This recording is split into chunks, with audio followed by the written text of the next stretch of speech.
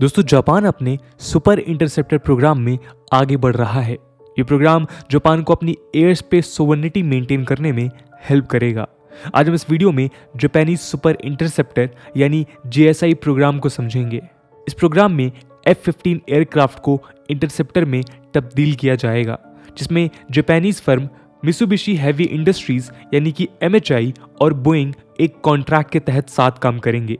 Interceptor एक ऐसा fighter jet होता है जो दुश्मनों के विमानों का पता लगा लेता है। कई बार ये इंटरसेप्टर विमान हमला भी करने के काबिल होता है। इन हमलावर इंटरसेप्टर विमानों को फाइटर इंटरसेप्टर्स कहा जाता है।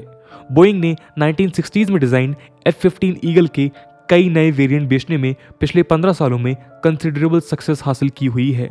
Singapore, south Korea, Saudi Arabia और कतर जैसे देश F-15 के अपडेटेड वर्जन्स ऑपरेट करते हैं।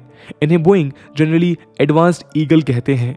इन सभी वेरिएंट्स में कई फीचर्स और इम्प्रूवमेंट कुछ एक जैसी ही हैं, जैसे एक्टिव इलेक्ट्रॉनिकली स्कैन्ड एरे और एसा रडार, नए मिशन कंप्यूटर्स, नए इंजन्स और कुछ एडिशनल वेपन सिस्टम्स।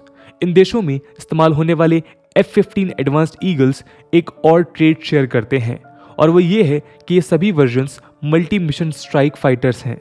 लेकिन एक और एडवांस्ड ईगल है जो स्ट्राइक रोल में ज़्यादा इन्वॉल्व नहीं होगा। यह है जापान की JSI प्रोग्राम में अपग्रेड होने वाला F-15, जो लार्जली एयर सुपीरियरिटी मिशन में इस्तेमाल होगा। वैसे तो F-15 के कुछ वर्जन्स का इस्तेमाल Japan air self defence force eagles हमेशा से करते आई हैं, लेकिन इस नए प्रोग्राम में F-15J एयरक्राफ्ट्स का यूज़ होगा। जापान अपने फ्लीट में F-15J और DJ, F-2A और B, F-35A और B रखता है। इस नए प्रोग्राम में इन सभी फिगर्स में से F-15J को इंटरसेप्टर्स बनाया जाएगा ताकि रशियन और चाइनीज थ्रेट से मुकाबला किया जा सके। हम इस प्रोग्राम के नाम से शुरू करते हैं। नमस्कार दोस्तों, मेरा नाम है आदर्श और स्वागत है आपका स्टडी IQ में। दोस्तों नाम का कोई खास फर्क नहीं पड़ता है, क्योंकि इवेंचुअली उन्हीं फाइटर जेट्स को बदला जा रहा है जो फ्लीट में इन्वॉल्व हैं। इंटरसेप्टर को जेट का टाइप है। जापानीज इसीलिए है क्योंकि देश जापान है। वहीं इन्हें सुपर कहने के पीछे कोई खास कारण नहीं है। जापानीज को सुपर वर्ड काफी पसंद है, जैसे super Nintendo, super typhoon, super सेंटाई etcetera. वहीं कई टीवी सीरीज में भी सुपर वर्ड का अच्छा खासा इस्तेमाल किया जाता है। हालांकि ये मॉडर्न इंटरसेप्टर एडवांस टेक्नोलॉजीज में हाईली इक्विप्ड हैं।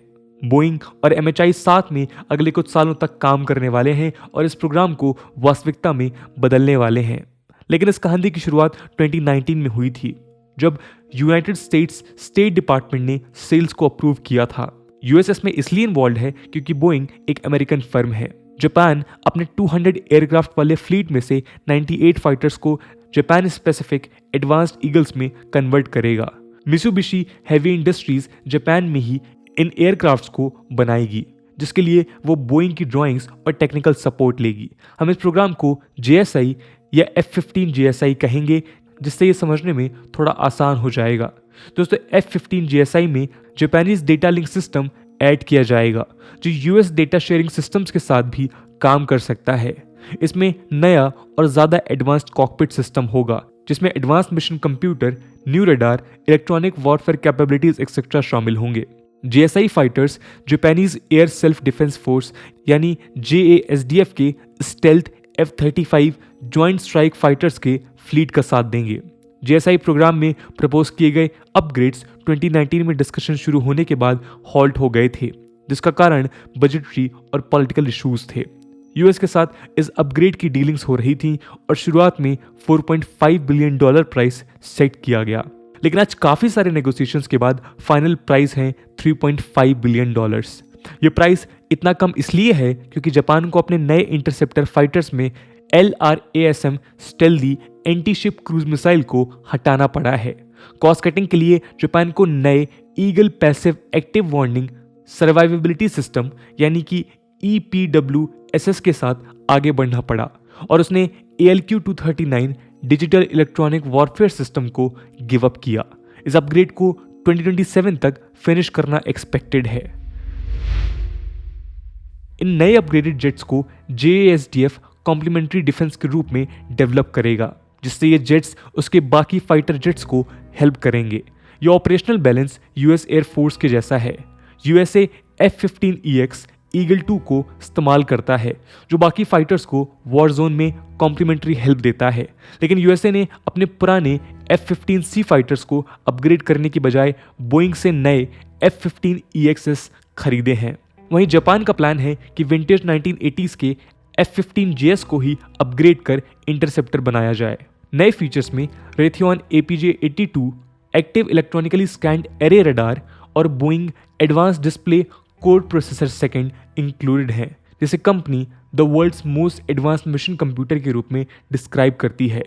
अपग्रेडेड AESA रडार इन जापानीज फाइटर्स को एयर टू ग्राउंड कैपेबिलिटीज देगा और साथ ही साथ मैरीटाइम पेट्रोल और इंटरडिक्शन मिशंस करने की एबिलिटी प्रोवाइड करेगा। ये भी एक्सपेक्टेड है कि इस JSI प्रोग्राम जापान में बनाई गई AAM-4B air to air missile भी शामिल की जाएगी। हालांकि इसका कोई कंफर्मेशन नहीं है, लेकिन जापान को इस अपग्रेडेशन की इतनी क्या जरूरत है। पिछले कुछ सालों से JASDF चाइनीज और रशियन मिलिट्री एयरक्राफ्ट से डील कर रहा है जो जापान के एयर स्पेस को वायलेट करते रहते हैं। कुछ इंटरसेप्टर्स जो पहले से सिचुएशन मॉनिटर कर रहे हैं उनकी फ्रीक्वेंसी बढ़ती जा रही है। ऐसे में F-15JS की रिलायबिलिटी और रिलेवेंस एयर सोवेनिटी को मेंटेन करने के लिए क्रूशल होगी। ये अपग्रेड F-15JS जापान की एयर कॉम्बैट कैपेसिटी को मिड 2030s तक सपोर्ट करेंगे। तब तक जापान मित्सुबिशी F-2 एयरक्राफ्ट को अपने ही नेक्स्ट जनरेशन स्टेल्थ फाइटर से रिप्लेस कर देगा। करेंटली F-15JSI अपग्रेड्स और F-35 फाइटर्स को खरीदने से JASDF की रिक्वायरमेंट अर्जेंट बेसिस पर तो फुलफिल कर ही देंगे। इसकी खास बात यह है कि F-15JSI की मॉडिफिकेशन से लगता है कि ये जेट्स फ्यूचर में भी इवॉल्व हो सकते हैं। यूरेशियन टाइम ने पहले एक रिपोर्ट में बताया था कि जापान अपनी क्रूज मिसाइल्स की रेंज को बढ़ा रहा है ताकि चाइनीज थ्रेट्स को काउंटर कर सके। इन सभी टेक्नोलॉजिकल, मिलिट्री और air fighter upgrades north Korea territory में डीप टारगेट्स हों या चाइनीज नेवल लैंडिंग ऑपरेशंस को प्रिवेंट करना हो या फिर सेनकाकू आइलैंड और बाकी पोटेंशियली कंटेंशियस इलाकों में ऑपरेशंस हो, सभी में जापान के लिए एक्सट्रीमली वैल्यूएबल हैं। तो दोस्तों ये थी कहानी जापान के सुपर इंटरसेप्टर्स की। इस पूरे मुद्दे को लेकर आपका क्या ओपिनियन है कमेंट सेक्शन में ज़रूर बताइएगा। आज की वीडियो के लिए इतना ही। आई होप आपको वीडियो पसंद आई होगी और अगर पसंद आई है तो अपने दोस्तों के साथ शेयर करना मत भूलिएगा। हम मिलते हैं अगले वीडियो में, तब तक के लिए जय हिंद, जय भारत।